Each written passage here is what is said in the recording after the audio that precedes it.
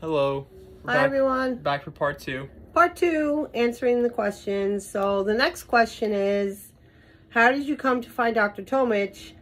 What was the first appointment was like, and what he told you about the surgery? So we saw Dr. Tomich.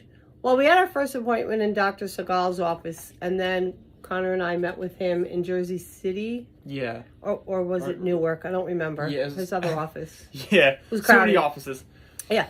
So he kind of went over everything with us. We were able to ask many questions, and we did.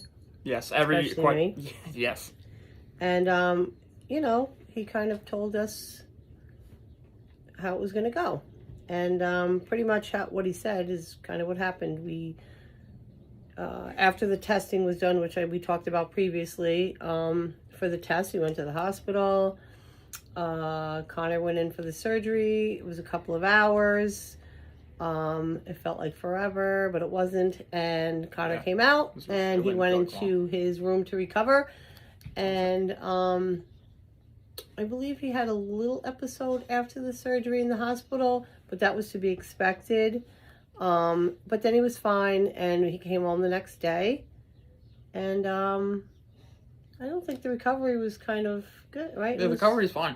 Recovery was fine. I only had one slip up a little bit. Not even like, I'm definitely gonna have a seizure. It's just like me getting kind of like feeling like I wanted to throw up, but different from feeling like sick to differences like this is definitely like related to seizures or something like that. So it's only happened like one time. I felt like really hot and throw up, and that was like she said in the beginning.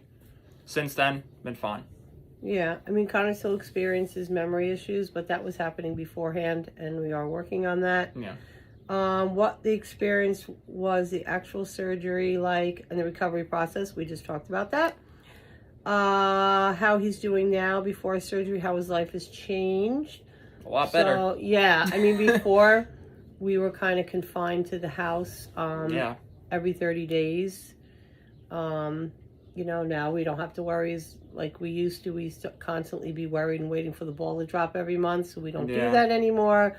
We're very positive. Connor's working on himself and other things now.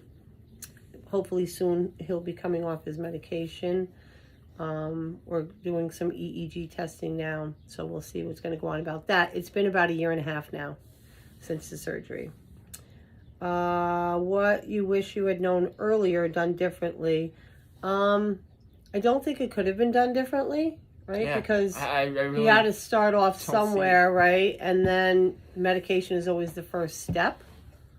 So I don't think we really could have done anything differently. I think we did everything, as best we could, right? Yeah, we saw a neurologist, we saw an epileptologist that led us to Dr. Tomich. We did 5 years of medication, right? Yeah. And we were just trying to take every route, possible before we got to this. Before surgery, which we did, and here we are now. What you want others in your position to know. So I'll answer it about me and kind of answer about him. For me, as a parent, I feel much more relieved and happy for Connor.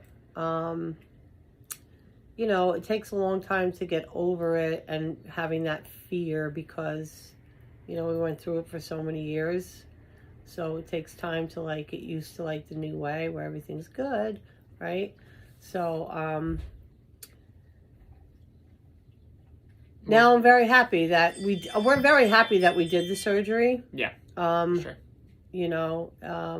Connor's had great results. So, if anyone's thinking about it, I think we definitely recommend it. I definitely recommend it. Yeah, I mean, if you've tried everything and it's not working, and I think you need to start thinking about the surgery. Yeah, definitely talk about it with your doctor. If you tried every medication, it's not working for you, I highly recommend it because honestly, it seems like there's really nowhere else to go, and it's like you said, it's life changing. And then for Dr. Tomich, he was very responsive.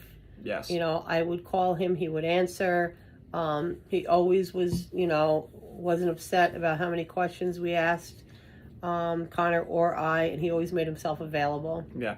And we appreciate that. So yeah. Yeah, he honestly didn't even feel like a doctor to me. He just kind of felt like a second friend to just rely on. He was very, Dr. Tomich is very, if you met him before, he's very caring. He loves what he does. Yes. It shows. He cares about his patients. He's very, he makes himself very available. And he's very compassionate. Yeah. So, that's the end of our stories. Like Connor and I always say, whoever wants to talk to us, just reach out, get our number from the office, from Dr. Tomich's office, and we'd be more than happy to speak with you of it if you have any more questions. Yeah, if you have any questions about it, or, you're just thinking, and no question is a stupid question. Yes, there's no such thing as a stupid question when it comes to this. No Very question serious. is stupid. Okay? So take care, everyone. Good luck. Take care.